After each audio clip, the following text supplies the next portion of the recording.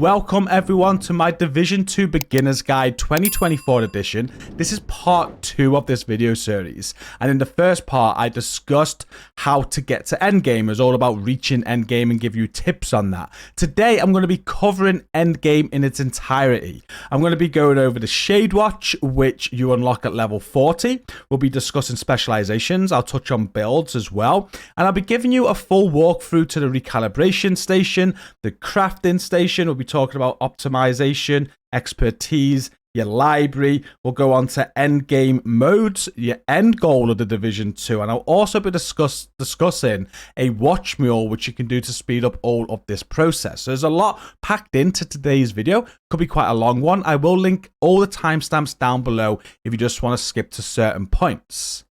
I am also going to be putting this guide in written form over on my website at GCROCK.com. So if you prefer to read some of these guides rather than watch them, this link will also be down below in the video description for you to go and check out.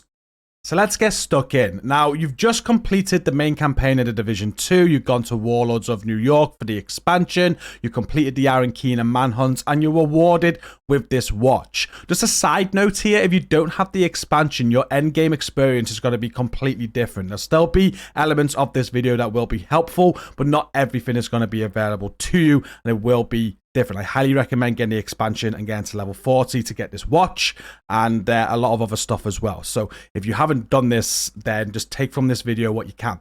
So the watch is what we're going to be starting with because this is the first thing that you're rewarded, and it's the first thing in endgame that you're going to want to start working on. You can see my SHD Watch level here is 1403. This is my PC account, so I was much higher on my PlayStation account, but you want to get this as high as you can. Now the maximum watch level truly needed is just 1000. How it works in endgame is where you used to go up in levels, you now just get proficiency caches for every level that you do, and it then adds to your watch. So there's 1000 levels that you're going to need to get in order to max this out. As you get watch levels, you're able to invest them in these nodes here. We've got an offensive node, a defensive node, we've got a handling node, and we've got a utility node. They all give you different statistics and boosts to those statistics. You've also got this scavenging one at the bottom here as well. So in each of these 4 nodes, and then the scavenging also, there's going to be 200 watch levels needed for each to get them all maxed out. And once you go over 1000, you'll keep on getting scavenging points then. And what scavenging does, if you go into that, you can use these points to get yourself some materials to help you with other stuff we're going to talk about later on. That is your SHD Watch in a nutshell. I'm not going to really discuss much more of that, but we will revisit it later when we talk about a watch mule.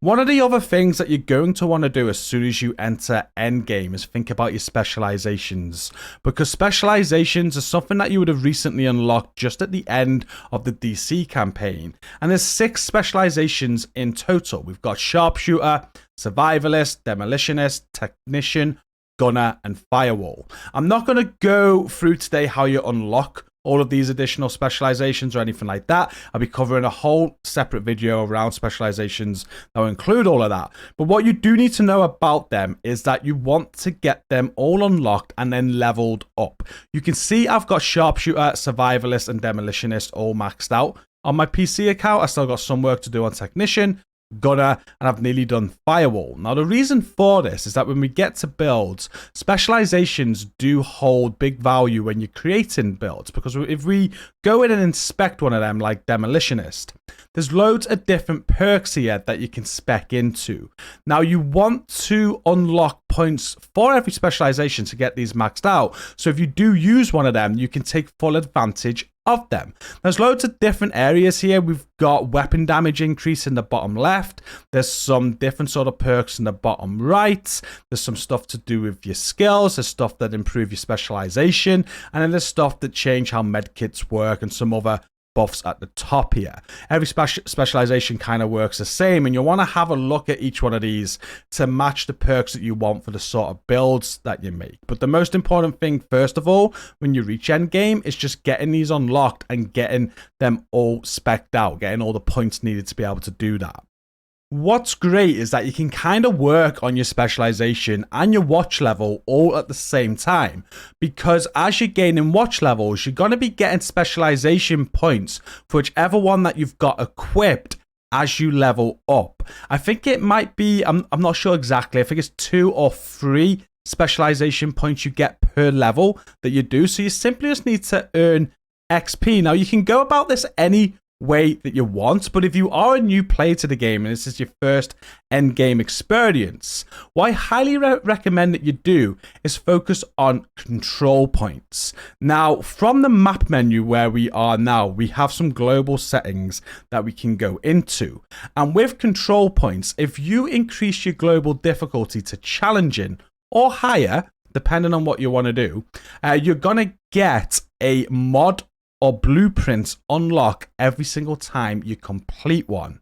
We will talk more about why mod and blueprints are important as we go further into this video, but they are something you are going to want to unlock. So this is a great way of doing it. Not only will you be unlocking these mods and blueprints, but you'll be getting levels as well through XP that you earn. Through doing control points, you'll find a ton of loot as well, which is something that you're going to want to do at this point in the game. And you'll just be leveling up, getting watch levels, getting specialization points, and just killing a lot of stuff off in one go. Now, if you want to make things even more difficult, you can also select directives from this screen, and this basically makes the game a little bit more tougher, but increases the amount of XP that you get. So if I was to put all directives on here, I'd be getting 125% boost to my XP, which means I'll be getting my levels quicker, and it does help. But you do need a very good build to do this, and it's not for everybody right away. So if you are new to the game, you probably want to start off with no directives, but something you can do as you get more comfortable with the game to get your XP up faster. You can confirm the settings here to leave the world difficulty on challenging, and what that will do is it'll make sure that every control point on your map is that of level 3. So there we go. Now it's changed over. Every control point on my map is now level 3, and I can just farm these control points to get all of those rewards that I've just mentioned. And what's better again is if I clear the whole map of all these control points, I got more control points I can go and do over in New York if I want to, but I could also just stay on this map, bring back up the global settings, and you're able to reset your control points. So once they're all taken over, you got no more to do.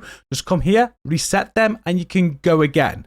You can only loot each control point once every 24 hours to get loot from them.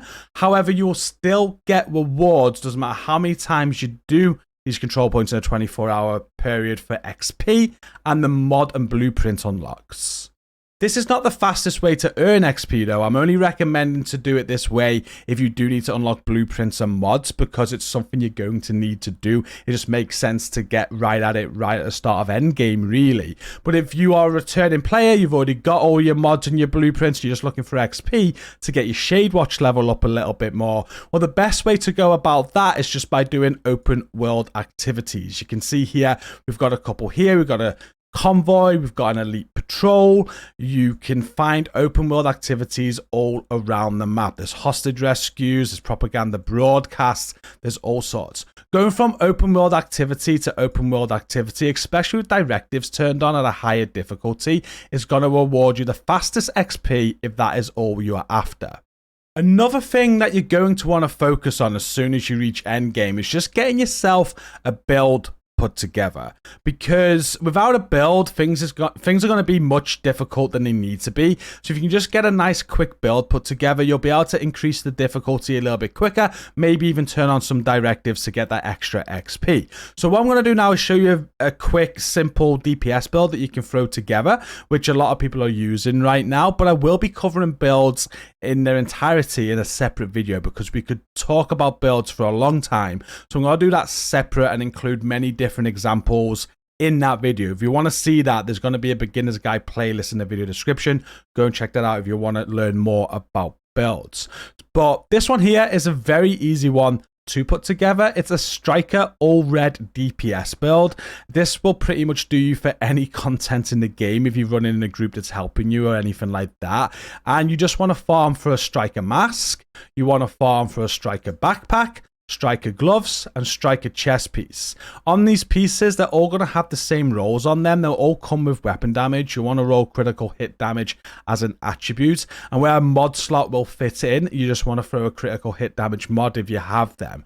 And as for the holster and knee pads, I just go a Grupo holster for more critical hit damage. Again, it's going to be weapon damage, crit damage, get some crit chance on there. I've got some Fox's Prayer knee pads as well. So these have got weapon damage, damage target out of cover, and critical hit damage. This build will pretty much run with any weapons. If you've just reached endgame, you're not going to have this exotic Ouroboros right away, but you can use any SMG or any assault rifle that you want on this build. Secondary, again, use whatever you want. The grenade launcher specialization works very good on this build, so that's a good one to go with. But again, if you prefer a different one, that is fine. And a sidearm, it really doesn't matter. With skills as well, just go with whatever you're comfortable with. But this build is pretty decent. You're going to be hitting very, very hard, and you'll be able to take on a lot of the game's content, which means you can get onto your grind and feel comfortable doing it.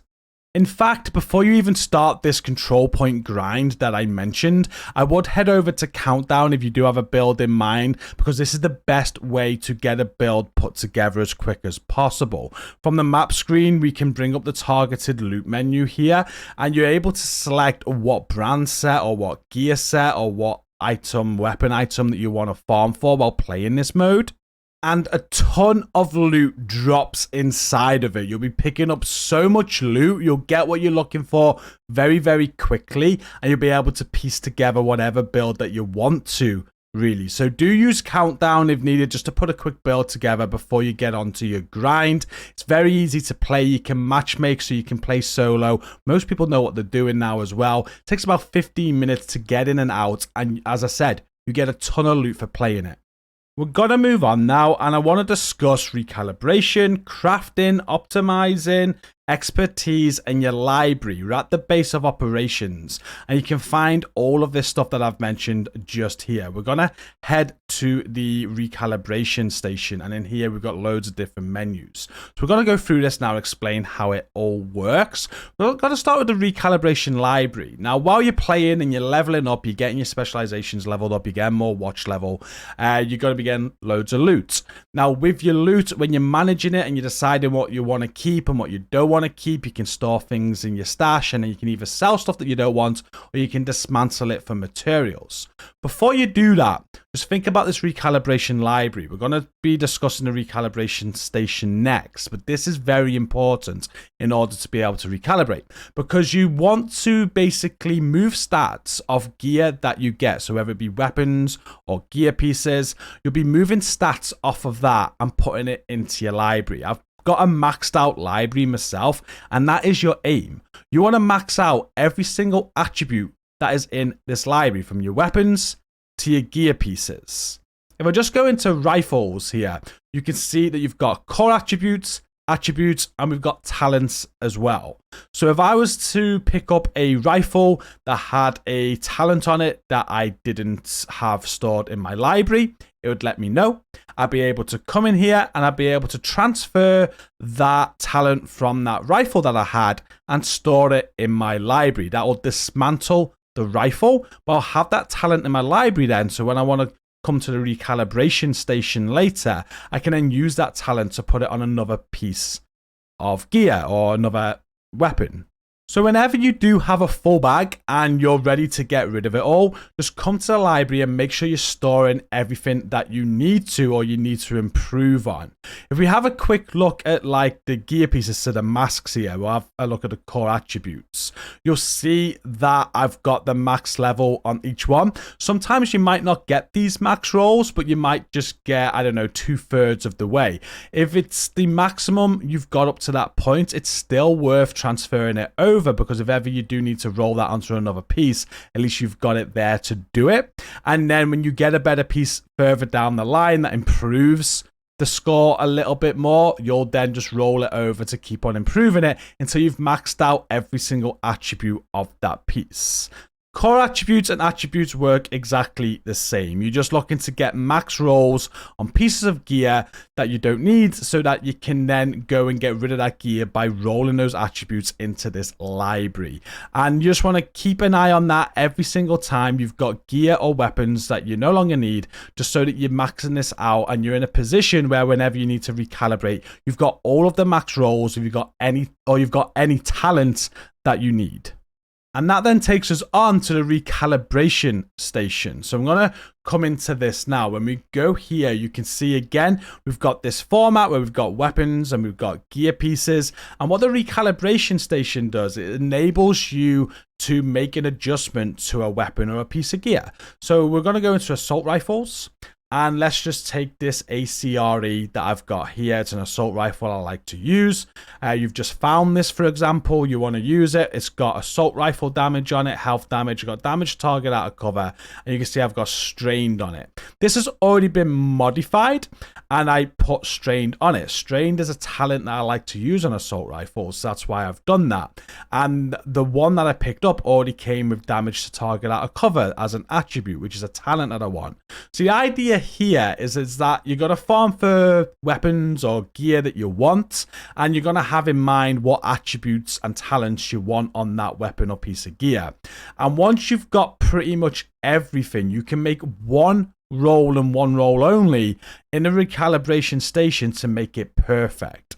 So you'll come here and you'll make that adjustment. So if I go into this ACRE, you can see I've already done that strained adjustment. Once you've made that decision and you've made a decision to roll a talent or an attribute on, you're then locked out from changing anything else because you can only do one per item. But you can then change that again if you want to in the future. If I change my mind of strained, I can change that again if I want to, but I can't change anything else.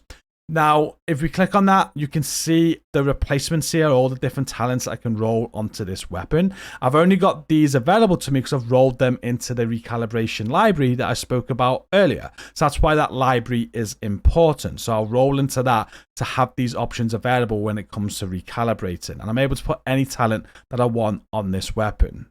And if we just back out of this, if we go to a piece of gear instead, so let's go to the mask and let's have a look at my striker's mask. You can see on this one, I've also done a recalibration already on this. I've rolled weapon damage on it, which is max.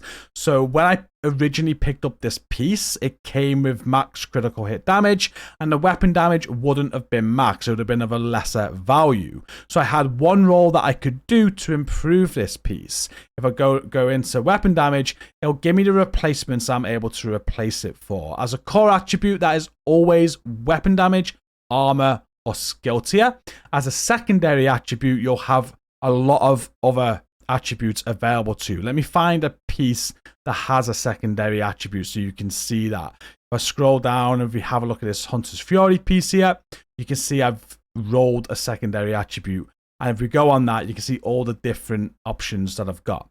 Again, these options are only available because I've found pieces before that I've put into my library and I've got it all maxed out, which means if ever I want to change the second attribute on a mask, I can put whatever I want on at the max value. Do bear in mind that if you want to make any adjustments to your weapons or gear, that it does cost currency and resources. So on this Hunter's Fury mask here, if I wanted to take off credit damage and roll something else onto it, it's going to cost me over 5,000 credits. It'll cost me 69 ceramics, I think that is, 61 electronics, and 3 printer filament. So you are going to need resources in order to be able to make recalibration adjustments. But you do get these resources through natural play, just making sure you pick up any drops that drop off enemies, and just by dismantling gear that you don't need. That is pretty much everything you need to know about the recalibration library and the recalibration station. The more you use it, the more accustomed to it you'll get, but it's quite straightforward. And as you start to create builds and play around with them, you'll quick enough pick it up and know exactly what to do with them. Now, another option here at the recalibration station is the optimization tab. Again, it's a familiar look. We've got weapons and we've got gear pieces, but optimizing is all about making sure that your builds have the max rolls across everything. So again, we're gonna take a look at an item. We'll go to assault rifles and we'll have a look at that ACR again because I haven't got this maxed out yet. you'll notice that on my ACR, although I've got everything that I want on it, I've got the assault rifle damage, health damage, damage target out of cover, and I got my talent strained. I haven't got max rolls on the assault rifle damage or that damage target out of cover. Now, I've already done my recalibration roll to get the talent strained onto it, which means it's not as simple as just rolling max assault rifle damage or rolling max damage target out of cover.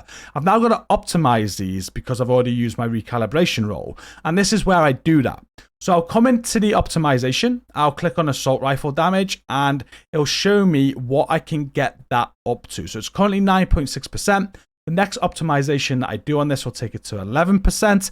And again, this will cost resources. You can see here the resources that is going to cost me to do that. I've got enough to do it though, so I'm going to just press optimize, and that is going to take my assault rifle damage up to its next level there to 11%. I'll confirm that. And if I want to carry on doing it, it's going to cost me more resources.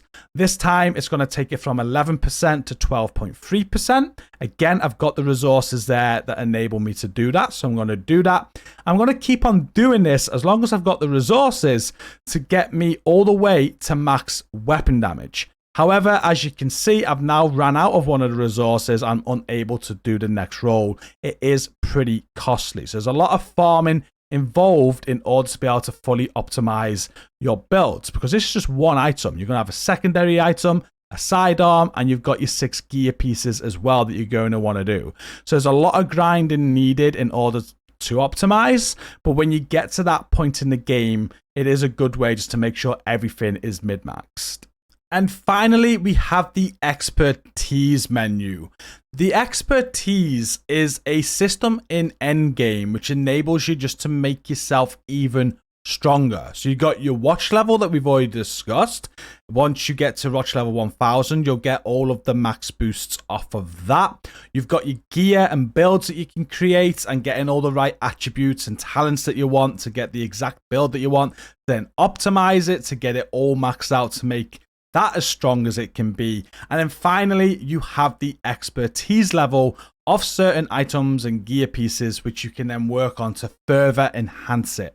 This is a huge grind, and it's for the people that really invest a lot of time into this game. There's a lot of resources and time needed in order to get to the maximum expertise level. And the way this works is you first need to make all items proficient. And once you've made them proficient, you're then able to invest in them to increase their proficiency level. I should say expertise level. So we're going to have a look here. You can see my expertise level is currently 13 on PC. I think right now the max expertise level is either 23 or 24. And to get to the max expertise level, it's just by making items proficient. You basically want to make every item in the game, every weapon that's in the game, all your specializations, all of your skills, all of the gear that you can find, you want to make it all proficient. Once you made every item in the game proficient, you'll have an expertise level of max level. That's pretty simple to do. You can just wear items, so you can kind of just like use weapons, or you can wear certain gear pieces. You can make sure you got the right specialization on. You can make sure you got the right skill on that you want to make proficient, and you just use them. When you use them, you'll be working on their proficiency. So if I just go into something that I haven't got proficient yet, so this is holsters, you can see the proficiency level here. It goes from 0 to 10. We've got the Dodge City Gunslinger holster there that's nearly done. We've got some things that aren't nearly done. So it's a case of just wearing these items and using them, and eventually you'll reach max level of proficiency. Like you can see here, the Picaro's holster. That is now a proficient item, which means I can now upgrade that using the expertise levels if I want to. So another way you can go about getting things proficient if you don't want to wear them, because that will take quite a lot of time and you'll be wearing things you don't want to necessarily wear. You can invest resources into getting these maxed out. So for example, we'll do it now with the Dodge City Gunslinger's holster as I'm close. If I go into research of this, you'll see that I can spend resources by donating materials. There's an option to donate materials. So I'm going to do that. And I can use some materials that I've got here to increase this proficiency rank. I'm currently at proficiency rank 9. We just use some printer filaments here. That'll get me closer to rank 10. If I use it one more time, that's going to make the Dodge City Gunslinger's holster proficient. So that's something that you can do if you've got the resources available. You can come through your expertise menu. You can have a look at things that you still need to make proficient. There'll probably be things you don't use, and you can just go into them. You can donate materials. You can keep on donating these materials until you make them proficient. That's another way of doing it. It's quite an expensive way of doing it though, and you are going to need a lot of materials to do that. But I'll be speaking about a watch mule soon, which will make that a little bit easier, and it's something you're probably going to want to do if you have the right amount of watch levels to do it, because the only other option is by putting these pieces on and using them to get them proficient. So moving on, once you have got the items proficient that you want to upgrade with expertise levels, I'm going to go into SMGs now to show you one that I've been working on. So over in SMGs, I've got the Ouroboros, and I have been increasing the level of this. So I'm just going to scroll down to find that. So here it is. My Ouroboros is proficient. I'm able to go into this, and it'll show me all of the Ouroboroses that I have. So this one here is one I've been working on, and I've currently got it at level 13. I can't go higher than this right now because my expertise level is only 13. But as my expertise level goes up, I'll be able to then spend resources to make the Ouroboros level go up. I'll be able to up that to 14.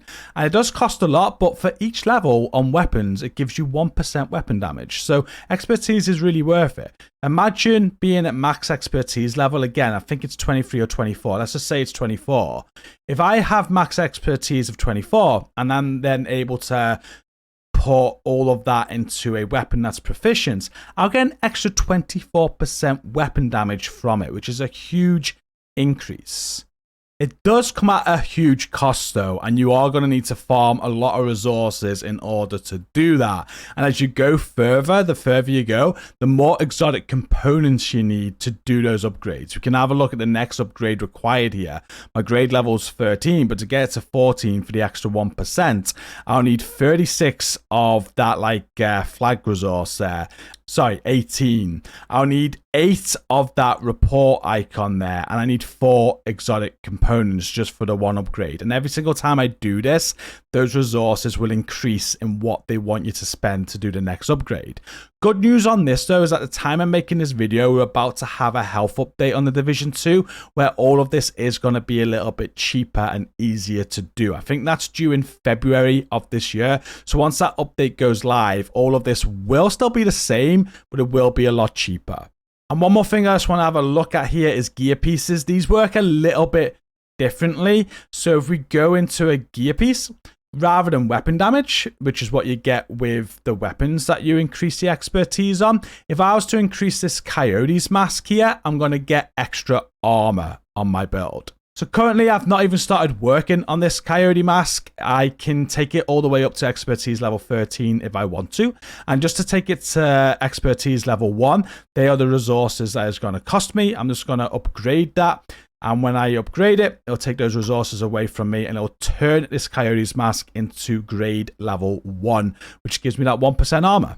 Now, if I was able to max this out again, thinking it's 24, that enables me to get up to 24% extra armor from the one piece. And there's 6 pieces in total on your build that you can fully expertise if you want. So that's going to give you a hell of a lot more armor, giving you more survivability if you choose to do that.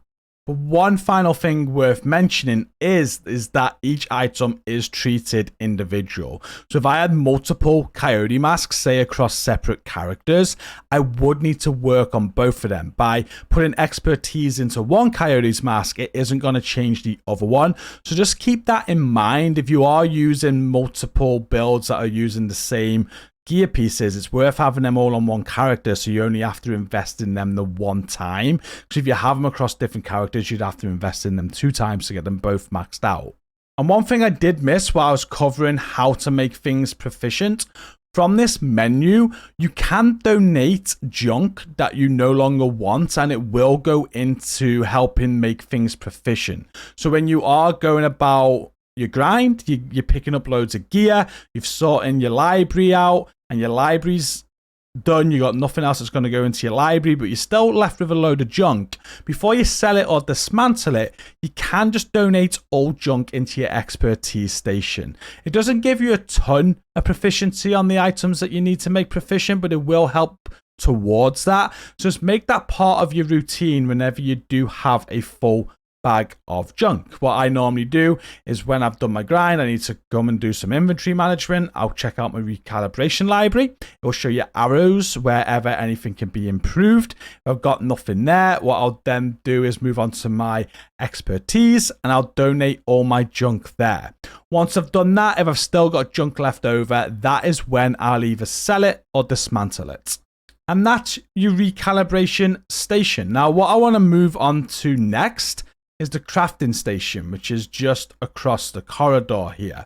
Now, speaking earlier about control points, so you can unlock mods and you can unlock blueprints. And this is where you can see that. You can see here that for blueprints, I have unlocked 385 out of 455. On PC, I've not got everything unlocked yet. I've still got quite a bit to do, but the only way to get this maxed out is by doing control points to get those blueprints and to get those mods. And if you have a look at each individual tile, it'll tell you how much that you've got. I have unlocked all the mods. I've got 85 out of 85 there, but for weapons, I've only got 62 out of 102. For masks, I've only got 37 out of 39. We can go into these tiles and we can have a look at all the different blueprints that we have available, and they'll also show you the blueprints that are locked. Control points are not the only way to get these blueprints, though. There are some blueprints that are locked behind different activities. If I just come out of this menu and head to the map, you will have some blueprints that are only available on the Dark Hours raid. For example, I think some blueprints are only available on the other raid as well, Iron Horse. And then there's a game mode called Descent, which will give you named blueprints as well. So while you're playing Descent, there's a chance to get named blueprints by playing that. So there are some exclusive blueprints that you're not going to get from control points, but for the vast majority of the blueprints and mods, level 3 control points is the best way to farm them. So back to the crafting station. This is just a great resource to basically craft items. If you're putting a build together and you're struggling to farm for a certain item, you can come here and you can craft it in the hope that you get something that you want. And it's very good for the rarer stuff. So if we go into chest here, we can have a look at all the different chest blueprints that are available. We can see some named ones here that I've unlocked as well.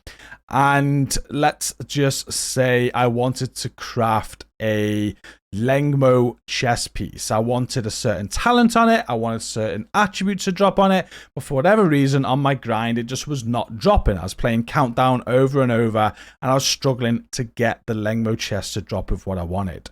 Well, for resources, I'm able to craft this at the crafting station. It'll cost quite a bit, but you can craft quite a lot, to be honest with you, once you farm the game for a bit. And then as you craft it, it's just going to give you that item. It's as simple as that. It'll use those resources and it'll give you the item. It'll give you random rolls. Now with Lengmo and loads of different other gear, you'll always get the same core attribute. For the minor attributes, you'll get random. So I've got 2 random attributes from that I've just crafted and a random talent. And you can just keep on crafting here in the hope that you get what you want, so then you don't need to go out and farm for it. And that's basically what the crafting station is used for. There's some crafting station only items as well, like for example this Petrov named chest here. You unlock this while you're going through your specialization projects, which are discussed in another video. Once you've got this unlocked, you can't find this in the open world. You can only craft it, and when we craft this, what this gives you is a special talent, which is perfect braced.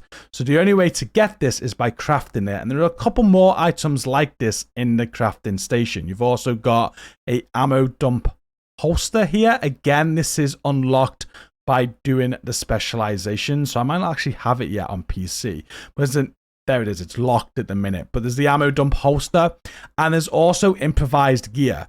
Improvised gear, if we go to knee pads, and scroll to the bottom.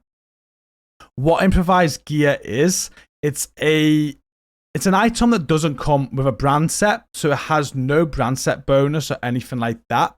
But what they do is give you a mod slot.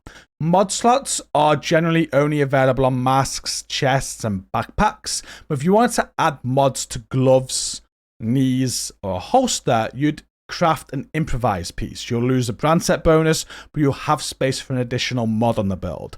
This is very good for certain builds that you may want to create down the line, especially if you want to like take advantage of a mod and just get more of it, like protection from elite or something like that. This is what improvised pieces are used for, and these can be found here.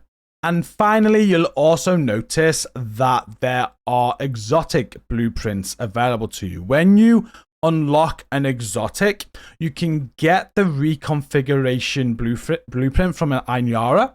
I've already bought all of mine, but make sure you're checking this NPC often, because when you do find exotics in the game, you'll get those reconfiguration blueprints.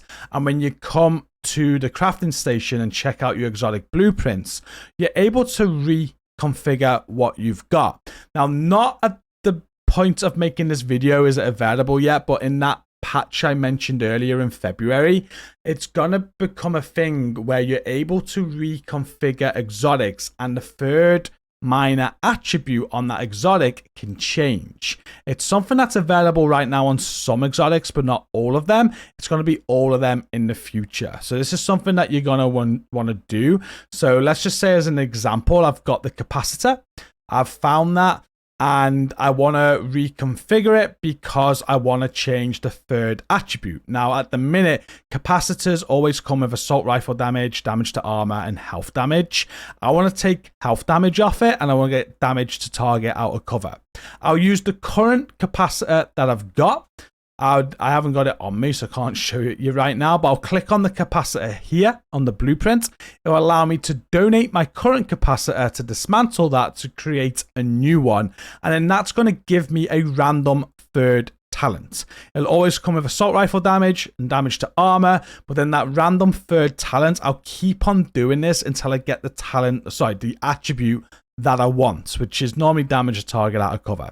Again, right now at the time of making this video, you can only do it with certain weapons, but in the future, you're going to be able to do it with every single exotic blueprint.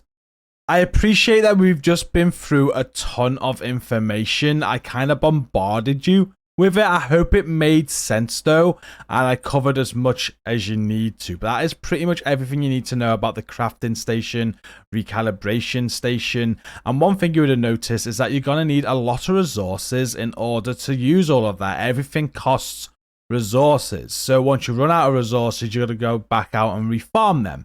I now just want to quickly go over what a watch mule is, because if you are using these regular and you're optimizing builds, you want to spend into your expertise and you just want extra resource without the grind, a watch mule will help.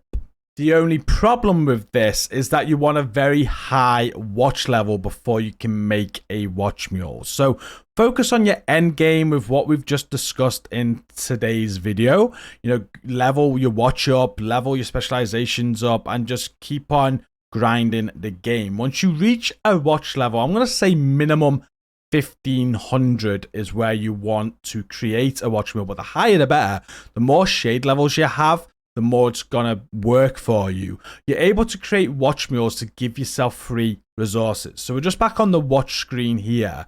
How this works is using the scavenging. If you remember at the start of the video, I said once you get to watch level 1000, every level after that is going to give you a scavenging point, and you're able to use these points to give yourself resources. So once you're out of resources, you could come here and use any of these scavenging points that you have available to put into your resources to continue spending them on whatever you want to spend them on. So what a watch mule does is allows you to do more of this. So we're now going to go over how to create one. A watch mule is taking advantage of multiple characters on the Division 2 and how the system works. So I've got my main character that's at currently 1403 watch level. And what I can do is start a new character providing I have an empty spot. You can have 4 characters in total, and if you've got an empty spot, you can start a new one. So a watch mule is essentially starting a new character and reaching endgame. This can be done quite quickly. So we're gonna start a new agent here, and one of the things Division lets you do is start from the expansion. You don't need to go through the whole game. So if you want to create a watch mule, go to create a new character and skip to the expansion. What you want to do when you start that new character and skip to the expansion is just complete it so that you get access to your watch on that character. Now, it can take anywhere from like an hour to a few hours to do, but with a high watch level, it is very worth it. Once you get your watch, you'll have all of your watch level that you have from your main character. So I'm on a different character now. I'm just going to bring up my watch for this character, and you'll notice that I am 1,403, which is the same as my other character. So this is where the higher the better. Imagine having something like a watch level of 5,000 or even 10,000. It'd give you a lot of levels. So what will happen is when you get your watch on a new character is you'll be able to spec into all of these nodes right away, but all of the additional watch levels are going to be available on your scavenging for you to spend. So you can come into scavenging, and however many levels it is that you've got available, you'll be able to spend on resources, which again is why the higher the better. I really wouldn't do this until you're at least 1,500 watch level, but even 2,000, 3,000, 4,000, that's kind of where you want to be, because then you're going to have thousands of points to spend on scavenging. This means when you run out of resources, you can just create a new character, go through the Warlords of New York campaign, and then you'll have access to all those scavenging points to spend on your resources to then go and do what you need to do, whether that's going to be expertise and getting that level up, or whether it's optimizing builds or anything like that. Is very, very handy. And one thing you'll need to do as well when you do create that new character and get the watch is visit Ainara at the base of operations, because she's going to sell you blueprints that allows you to share materials and other bits across different characters. So make sure you buy those materials, because then in essence what you can do is you can come onto your other character, you can go to the watch, you can use your scavenging points to max out all of your materials or get a good amount of materials. You can switch back to your other character that you've shared materials with that blueprint from Ainara, and then use those on your main character. Once you've gone through all of your scavenging points, you can then just delete the character, create a new one, and go again.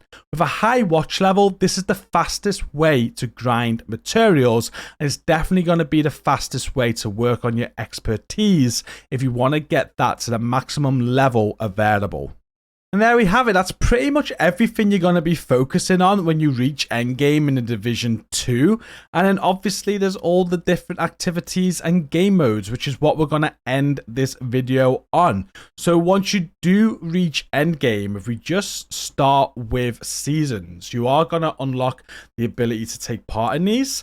We are currently on year 5, season 2 at the time of creating this video, and every single week there's an activity. We've currently got an old Phoenix Down apparel event that's running. There's global events that you can take part in. There's leagues. There's the manhunt that you can take part in as well each season. And these seasons are on sort of like rotation. Once one season ends, another season's going to begin, and you'll go again. You'll get a bunch of other activities. As well as the season activity track, there's a reward track as well. So every single season you get 100 tiers to aim for to get all of the unlocks. These will always include new exotics, new brand sets, new gears that are available, new weapons, and then you can pay for the cosmetic part of the reward track as well to get some new gear dyes and some cosmetic items, or just extra rewards with a mask at the end or something like that. So that's something that you can do every season, and they run every, I'd say, around 3 to 4 months you get a new season. And then besides that, there's different game modes that you can play as well. If we just bring up the map, you have the summit, you have countdown. So over here on the map, you got the summit there, you got countdown that we've already discussed. We've got the descent game mode, which is a roguelite game mode, which is very fun to play. And then there's PvP as well. So there's 3 dark zones on the map that you can get involved with. You got Dark Zone East, Dark Zone South, and Dark Zone West. I'd advise only going in there when you're comfortable and you've got a good build to do PvP, but the Dark Zone can be very fun.